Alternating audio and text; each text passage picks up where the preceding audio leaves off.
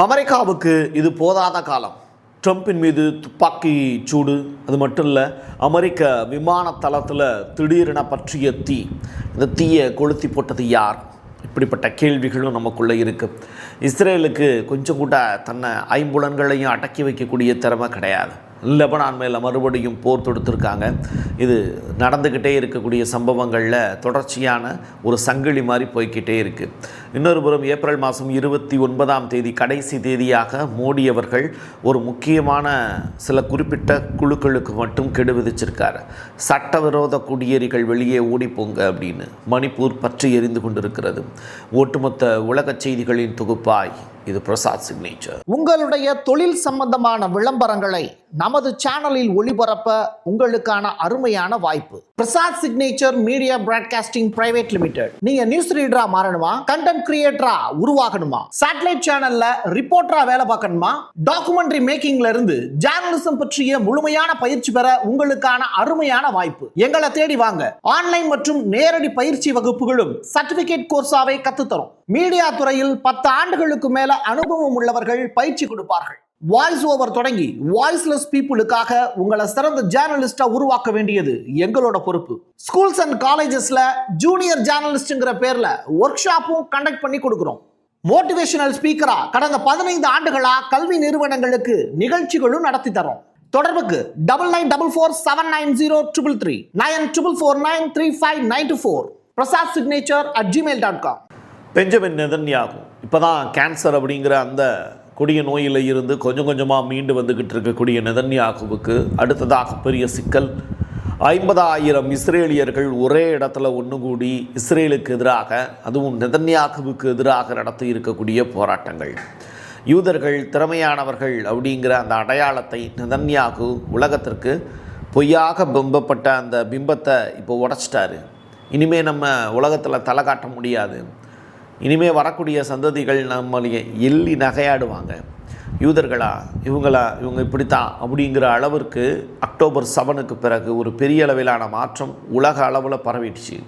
இதுக்கெல்லாம் காரணம் நம்ம சமூக விரோதிகள் அப்படிங்கிறத உலகம் அறிந்து கொண்டதே. இதற்கு காரணமே நெதன்யாகு தான் அப்படின்னு சொல்லி ஒரு பெரிய போராட்டத்தில் ஈடுபடுறாங்க. இஸ்ரேலிய மக்கள் உண்மையிலேயே ரொம்ப நல்லவங்க. அவங்க உண்மையை உணர்ந்திருக்காங்க. இப்போது உலகளாவிய அளவில் அவங்க நடத்தி இருக்கக்கூடிய போராட்டம் நெதன்யாகுவுக்கான தம்பட்டம் மட்டுமல்ல, தாயார் அப்படிங்கிறதையும் உலகத்துக்கு இப்போ சொல்லிக்கிட்டு இருக்காங்க. ஜனநாயகத்தில் வன்முறைக்கு இடம் கிடையாது அப்படிங்கிற ஸ்டேட்மெண்ட்டை அமெரிக்காவில் நடந்திருக்கக்கூடிய துப்பாக்கிச்சூடு தொடர்பாக மோடி அவர்கள் ஒரு பெரிய அளவிலான வருத்தத்தை பதிவு செஞ்சுருக்காரு. நல்லவர்களுக்கெல்லாம் இப்படிப்பட்ட நிலைமை வந்து கொண்டிருக்கிறதே அப்படின்னு தான் நினைக்க தோணுது. மோடி அவர்கள் தொடர்ச்சியாக இஸ்ரேலோடு நட்பு பாராட்டினார்.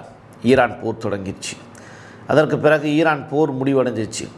தொடர்ச்சியாக ட்ரம்ப் அவர்கள் 11 விமானங்கள் சுட்டு வீழ்த்தப்பட்டது அப்படின்னு இந்தியாவுக்கும் பாகிஸ்தானுக்கும் இடையில் நடக்கக்கூடிய சம்பவங்கள் பற்றி ஒரு 700 முறையாவது பேசியிருப்பார். அப்போ இந்தியாவை பற்றி பேசக்கூடிய நீங்கள் உங்களுடைய நாட்டில் இருக்கக்கூடிய பஞ்சாயத்தை தீர்க்க முடியலையேன்னு தான் நினைக்க தோணுது. ஆனால் நம்முடைய மோடி அவர்கள் அப்படி சொல்லலை. வன்முறை எந்த நாட்டில் நடந்தாலும் அது கண்டிக்கப்பட வேண்டியது. ஜனநாயகத்தின் விளிம்புகளில் இருக்கக்கூடிய மிச்ச மீதி இருக்கக்கூடிய நிகழ்வுகளாவது எஞ்சி இருக்கட்டும். அதே வேளையில் உலகளாவிய அளவில் அமைதி திருமணம் அப்படிங்கிற ஒரு விஷயத்தையும் மையப்படுத்தி ட்ரம்ப் அவர்களுக்கு தன்னுடைய அனுதாபங்களையும் பதிவு செஞ்சுருக்கார். RAF பேர்போர்டு அப்படிங்கிற ஒரு இடம், இது UK பேஸ், யுனைடெட் கிங்டமுடைய கட்டுப்பாட்டில் இருக்கக்கூடிய அந்த தளத்தை அமெரிக்காவினுடைய இராணுவம் பயன்படுத்திக்கிட்டு இருக்குங்கிறது தான் உண்மை.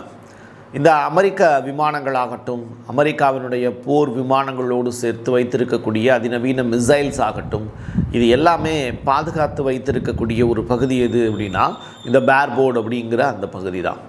அதில் திடுதுப்புன்னு தீப்பிடிச்சி எரியுது. மளமளவன காட்டுத்தீ மாதிரி பரவுது. இதை அணைப்பதற்கு ஆள் இல்லாமல் இல்லை, ஆனாலும் அணைக்க முடியல. காரணம் என்ன அப்படின்னா எரிபொருள் நிரப்பப்பட்ட விமானங்கள் புறப்படுவதற்கு தயார் நிலையில் இருக்குது. அப்போது ஆன் யுவர் மார்க் அப்படின்னு சொல்லிட்டு அடுத்த கட்டமாக செட் சொல்லி ஓடுறதுக்கு ரெடியாக இருப்பாங்கள்ல ஒரு அத்லட் வீரர்கள். அது மாதிரியான ஒரு களத்தில் தான் அந்த பேர்போர்டு விமான தளம் இருக்குது. அதில் திடுதுப்புன்னு தீ பற்றி எரிஞ்ச உடனே எல்லா மக்களும் ஓட ஆரம்பிக்கிறாங்க. இராணுவ வீரர்கள் ஃபயர் சர்வீஸுக்கு இன்டிமேட் பண்ணுறாங்க. இருந்தாலும் தீ மளமளவனன்னு அப்படியே பரவி எல்லாமே வேஸ்ட் ஆகிடுச்சு. ஸோ இதனால் அமெரிக்காவுக்கு பல கோடி ரூபா நட்டம் அப்படிங்கிறாங்க. அப்போது நீங்கள் அமெரிக்கா அப்படிங்கிற நாடு இன்றைக்கி உலகளாவிய அளவில் சேஃப் அண்ட் செக்யூர்டு அப்படின்னு சொல்லப்படக்கூடிய அந்த பிம்பங்கள் எல்லாமே உடஞ்சிக்கிட்டே இருக்குது. ஒரு விமானத்தளத்தையும் பாதுகாக்க முடியல, ஒரு அதிபரையும் பாதுகாக்க முடியல. அப்படிப்பட்ட ஒரு துர்பாக்கியமான நிலை இன்றைக்கி அமெரிக்காவுக்கு ஏற்பட்டிருக்கு. ஆனால் அமெரிக்காவினுடைய ஜனாதிபதி ரொம்ப தைரியமானவராகத்தான் கருதப்படுகிறார். அவர் சொல்கிறாரு, நான் ரேபிஸ்ட் கிடையாது, நான் யாரையும் துரத்தி தப்பு பண்ணலையே அப்படிங்கிற ஒரு வார்த்தையை எப்ஸ்டீன் ஃபைல்ஸ் தொடர்பான கேள்விகளை நியாயப்படுத்துகிற மாதிரியான ஒரு பதில்களையும் சொல்கிறார்.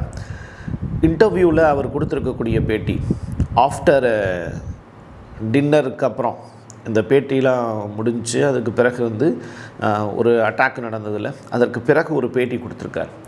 அதில் அவர் சொல்லியிருக்கக்கூடிய விஷயம், ஏன் தாமதமாக கிளம்புனீங்க அந்த இடத்துல இருந்து, துப்பாக்கிச்சூடு நடந்த இடத்துல இருந்து அப்படின்னு அந்த ரிப்போர்ட்டர் லேடி கேள்வி கேட்குறான். அதுக்கு அவர் சொல்கிறாரு, இல்லை நான் இங்கே என்ன நடக்குதுங்கிறத பார்த்துக்கிட்டு இருந்தேன், ரொம்ப யார் எப்படி இப்படிலாம் செயல்படுறாங்கங்கிறத பார்த்துக்கிட்டு இருந்தேன், அது எனக்கு ரொம்ப உபயோகமாக இருக்கும் ஃப்யூச்சரில் அப்படிங்கிறதுனால அதை பார்த்துக்கிட்டு இருந்தேன் அப்படின்னு. ஸோ இப்படி ஒரு ஜனாதிபதியாக தன்னுடைய நாட்டில் இருக்கக்கூடிய நிகழ்வுகளை தெரிஞ்சுக்கணும் அப்படிங்கிறதுக்காக அவர் எவ்வளவு தூரம் போராடி இருக்கார் அப்படிங்கிற மாதிரியான வார்த்தைகளை நிறையா பேர் பதிவு செய்ய ஆரம்பிச்சிட்டாங்க. இதில் ஜேடி வேன்ஸை அவங்க கூட்டு போன விதம் தான் ரொம்ப பெரிய அளவில் காமெடியாக இருந்தது. அவர் சட்டையை பிடிச்சி உலுக்கி அவரை கூட்டு போன காட்சிகளும் அரங்கேறிச்சு, அதை நீங்கள் பார்த்துருப்பீங்க. ஸோ ஒரு துப்பாக்கி சூடுங்கிறது அமெரிக்காவில் எத்தகைய தாக்கத்தை ஏற்படுத்தியிருக்கு. வேர்ல்டு வைடாக இன்றைக்கி அமெரிக்கர்கள் பாதுகாப்பற்ற நிலையில் இருக்கிறதா தான் உணர்கிறாங்க. கோல் ஆலன் அப்படிங்கிற நபர், இவர் யாருன்னா கலிஃபோர்னியாவை சேர்ந்தவர். இவர் தான் ட்ரம்ப்பை துப்பாக்கியால் சுட்டு தள்ளணும் அப்படின்னு சொல்லி உள்ளுக்குள்ளே நுழைஞ்ச நபர். அப்படிப்பட்டவர் சுட்டு கொண்டுட்டாரான்னு கேட்டால் கிடையாது, அவரை கைது பண்ணிட்டாங்க, சிறையில் அடைச்சிருக்காங்க. அவர்கிட்ட தீவிர விசாரணை நடத்தப்பட்டிருக்கு. அவர் வைத்திருக்கக்கூடிய ஒரு அறிக்கை, குடும்ப உறுப்பினர்களுக்கு எழுதப்பட்டிருக்கக்கூடிய ஒரு கடிதம், இது எல்லாத்தையும் அமெரிக்காவினுடைய FBI சேகரிச்சிருக்காங்க. அது மட்டும் இல்லை, FBIனுடைய இயக்குனர் காஷ் பட்டேல் அவரை பற்றிய வார்த்தைகளை மட்டும் ரொம்ப சாஃப்டாக பதிவு செஞ்சுட்டு மீதி இருக்கக்கூடிய நபர்களையெல்லாம் கொலை செய்வதற்கான லிஸ்ட்டு, முக்கியமான நபர்களை கொலை செய்வதற்கான லிஸ்ட்டை அவர் கையில் வச்சுருக்காருங்கிற தகவல். எதனால் இப்படி பண்ணீங்க அப்படின்னு சொல்லி கேட்கும்போது அவர் சில காரணங்களையும் சொல்கிறாரு. வெறுப்பு தான் காரணம் அப்படின்னு.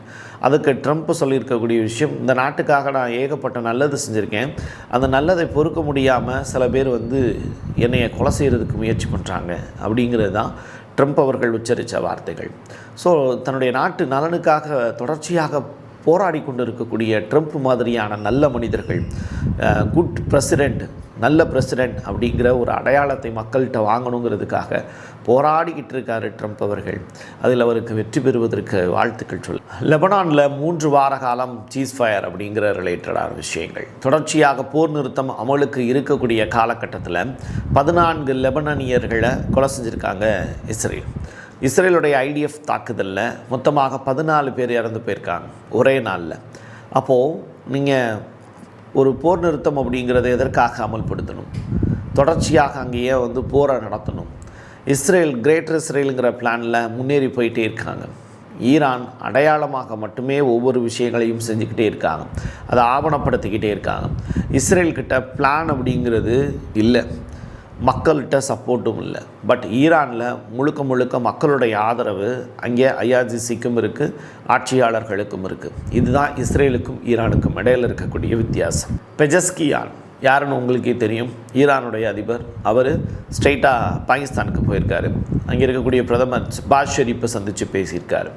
இரு நாடுகளுக்கு இடையிலான உறவு பற்றியும் அமெரிக்காவோடு கொண்டு இருக்கக்கூடிய பேச்சுவார்த்தை தொடர்பாகவும் அதில் அடுத்த கட்ட முன்னேற்றம் இருக்குமா இல்லையா அப்படிங்கிறது தொடர்பான விஷயங்களையும் பேசியிருக்காங்க. ஆனால் ஃபாரின் மினிஸ்டர் மஸ்கட்டுக்கு ட்ராவல் பண்ணிட்டார். அதற்கு பிறகு மாஸ்கோ ரஷ்யாவுக்கும் ட்ராவல் பண்ணி போயிட்டுருக்காரு. ஸோ தொடர்ச்சியாக இங்கே அரங்கேறி இருக்கக்கூடிய நிகழ்வுகள் அப்படிங்கிறது ஈரான் ரஷ்யா சொல்கிறத கேட்டு ஒரு சில விஷயங்களை செஞ்சுக்கிட்டு இருக்காங்க. பதிலுக்கு பாகிஸ்தான் தரப்பில் இருந்து அமெரிக்காவுக்கு ஒரு விதமான அமெரிக்கா சைட்லேருந்து பாகிஸ்தானுக்கு அழுத்தம் வருது. ஆனாலும் பாகிஸ்தானால் ஈரானை எதிர்த்து அவங்கள காம்ப்ரமைஸ் பண்ண வைக்க முடியல. அதனால தான் தூதுக்குழு போய் பேச்சுவார்த்தை நடத்தினா கூட அமெரிக்க தூதுக்குழுவை நாங்கள் சந்திக்க மாட்டோம், காரணம் என்னென்னா லெபனானில் போர் நிறுத்தங்கிறது இன்னும் அமலுக்கே வரல அப்படின்னு சொல்லி அந்த மீட்டிங்கே கேன்சல் பண்ணிவிட்டு ஃபாரின் மினிஸ்டர் ரஷ்யாவுக்கு போயிட்டார். அதுவும் பாகிஸ்தானுக்கு வந்த ஈரானுடைய ஃபாரின் மினிஸ்டர் அமெரிக்க தூதுவர்களை சந்திக்கலைங்கிறதையும் கூடுதல் தகவலாக நம்ம சொல்லிக்கலாம். ஏப்ரல் 29 உங்களுக்கெல்லாம் கடைசி நாள் அப்படின்னு இந்தியாவுக்குள்ளே நுழைந்திருக்கக்கூடிய சட்டவிரோத குடியேறிகளுக்கு பிரதமர் நரேந்திர மோடி அழைப்பு விடுத்திருக்கார். நீங்கள் உங்களுடைய நாடுகளுக்கு நீங்கள் திரும்பி போக வேண்டிய காலகட்டத்தில் வாழ்ந்துக்கிட்டு இருக்கீங்க, எங்கள் நாடு உங்களுக்கு நிரந்தரமானது அல்ல அப்படின்னு சொல்லியிருக்கார். ஏப்ரல் 29 அப்படிங்கிறது உங்களுக்கான கடைசி தேதின்னு சொல்லியிருக்கார். மணிப்பூர் பற்றி எரிந்து கொண்டிருக்கிறது சார், அதை பற்றிய கவலை உங்களுக்கு இல்லையவே இல்லையே. தொடர்ச்சியாக மணிப்பூரில் நடந்துகிட்டு இருக்கக்கூடிய நிகழ்வுகள், அங்கே மத்திய போலீஸ் பாதுகாப்பு படை உள்ளே நுழையக்கூடாது அப்படின்னு அங்கே இருக்கக்கூடிய பெண்கள் ஒரு தடுப்பு ஏற்படுத்தி வச்சுருந்தாங்கன்னா அதை உடச்சிக்கிட்டு அந்த லாரிகள்லாம் உள்ளே வரக்கூடிய காட்சிகள் அரங்கேறுது. தொடர்ச்சியாக மக்களை சூறையாடக்கூடிய நிகழ்வுகள் பாதுகாப்பு அப்படிங்கிற பேரில் அங்கே நிகழ்த்தப்படுது. வன்முறை கட்டவிழ்த்தப்படுது. குக்கி இனத்தைச் சேர்ந்த 2 பேர் கொலை செய்யப்பட்டிருக்கிறார்கள் அப்படிங்கிற ஒற்றை காரணத்திற்காக அங்கே மெய்தி இன மக்கள் நடத்தி இருக்கக்கூடிய போராட்டங்கள் பேசு பொருளாக மாறியிருக்கு. ஆனால் இதை இன்றைக்கி இருக்கக்கூடிய சமூக ஊடகங்களோ இன்றைக்கி இருக்கக்கூடிய தொலைக்காட்சிகளோ உங்கள்கிட்ட காமிக்கவே இல்லை. நானே இதை 10ஓட 11 அத்தோட இது ஒன்றா உள்ளே தான் சொருகி வைக்கிறேன். வெளிக்கொண்டு வருவது அப்படிங்கிறது அவ்வளவு சாதாரணமான நிகழ்வு அல்ல. நீங்கள் ஒவ்வொரு செய்தியுமே இங்கே மக்கள் மத்தியில் கொண்டு போய் சேர்க்குறதுக்கு ஒரு செய்தியாளன் போராட வேண்டியது இருக்குது. ஒன்று தன்னுடைய வருமானத்தை முடக்குவாங்க, இல்லை அப்படின்னா அவனுடைய வாழ்க்கையை முடக்குவாங்க, இல்லை அப்படின்னா வயிறை கட்டி போட சொல்லுவாங்க. எவ்வளவு நாளைக்கு போராட முடியுமோ அவ்வளவு நாளைக்கு நாங்களும் போராடுவோம். நேபாளம் தொடர்ச்சியாக 100 ரூபாய்க்கு மேலே இந்திய பொருட்கள் நேபாளத்தில் விற்பனை செய்யப்பட்டதுன்னா வரி விதிப்போம்னு சொன்னாங்க. அதற்கு பிறகு தொடர்ச்சியாக அங்கே டூரிஸ்ட்டுகளுக்கு ஒரு குறிப்பிட்ட நாள் மட்டும்தான் உள்ளேயே அனுமதி. அதற்கு பிறகு நீங்கள் நேபாளத்திலேயே தங்கக்கூடாது அப்படின்னு அவங்கள வெளியேற்ற முயற்சியில் ஈடுபட்டாங்க. அப்போ நேபாள அரசு அங்கே இருக்கக்கூடிய ஜென்னிசெட் போராட்டம், புதிதாக இருக்கக்கூடிய முதல்வர், இவங்கெல்லாம் சேர்ந்து இந்தியாவுக்கு அழுத்தம் கொடுக்குறதா நினைக்கிறாங்க. பதிலுக்கு இந்திய அரசு ஒரே ஒரு விஷயத்தை மட்டும் செய்கிறாங்க. நேபாளத்தினுடைய நம்பர் போர்டு வச்சுருக்கக்கூடிய வண்டி வாகனங்களுக்கு பெட்ரோல் போடாது, பெட்ரோலும் டீசலும் உனக்கு கிடையாது அப்படிங்கிற அனௌன்ஸ்மெண்ட்டை இந்திய அரசு கொடுக்குறாங்க. எல்லையில் ஒரு ஸ்திரமற்ற ஒரு நிலை நேபாளத்தினால நமக்கு பிரச்சனையாக மாறி, எல்லையில் சீனா மாதிரியான நாடுகளோடு சேர்த்து இப்போ நேபாளம் அப்படிங்கிற நாடும் நமக்கு பிரச்சனைக்குரிய நாடாக மாறி நிற்கிது. ஆனால் இந்த பிரச்சனைகளை எல்லாம் தவிடுபொடியாக்கி இந்தியா தன்னுடைய ஜனநாயக கடமையை சரிவர ஆற்றும், இந்திய மக்களுக்கு பாதுகாப்பு கொடுக்கும் அப்படிங்கிறத நம்பலாம். ஏன்னா ஜனநாயகத்தை தவிர நம்ம இங்கே வேறு எதையுமே நம்ப முடியாது. இங்கே ஓட்டு போட்டு தேர்ந்தெடுக்கக்கூடிய மக்கள் வைத்திருக்கக்கூடிய கடைசி நம்பிக்கை அந்த ஜனநாயகம், டெமோக்ரஸி அப்படிங்கிற ஒற்றை வார்த்தை தான். அதை நிச்சயமாக ஆட்சியாளர்கள் அந்த நம்பிக்கையை காப்பாற்றுவாங்க அப்படிங்கிற அந்த பெருத்த அவநம்பிக்கை அல்ல, நம்பிக்கை இன்னமும் மிச்சம் மீதி இருக்கிறது. என் கையெழுத்து, என் மக்களுக்கான உறவுகளே. மீண்டும் ஒரு பதிவில் சந்திக்கலாம். நன்றி, வணக்கம். Prasad signature media broadcasting private limited. நீங்க நியூஸ் ரீடரா மாறணுமா, கண்டென்ட் கிரியேட்டரா உருவாகணுமா, சேட்டலைட் சேனல்ல ரிப்போர்ட்டரா வேலை பார்க்கணுமா, டாக்குமெண்ட்ரி மேக்கிங்ல இருந்து ஜேர்னலிசம் பற்றிய முழுமையான பயிற்சி பெற உங்களுக்கான அருமையான வாய்ப்பு. எங்களை தேடி வாங்க. ஆன்லைன் மற்றும் நேரடி பயிற்சி வகுப்புகளும் சர்டிபிகேட் கோர்ஸாவே கத்துத்தரும். மீடியா துறையில் 10 ஆண்டுகளுக்கு மேல அனுபவம் உள்ளவர்கள் பயிற்சி கொடுப்பார்கள். வாய்ஸ் ஓவர் தொடங்கி வாய்ஸ்லெஸ் பீப்புளுக்காக உங்களை சிறந்த ஜேர்னலிஸ்டா உருவாக்க வேண்டியது எங்களோட பொறுப்பு. ஸ்கூல்ஸ் அண்ட் காலேஜஸ்ல ஜூனியர் ஜேர்னலிஸ்ட்ங்கிற பேர்ல ஒர்க் ஷாப்பும் கண்டக்ட் பண்ணி கொடுக்கிறோம்.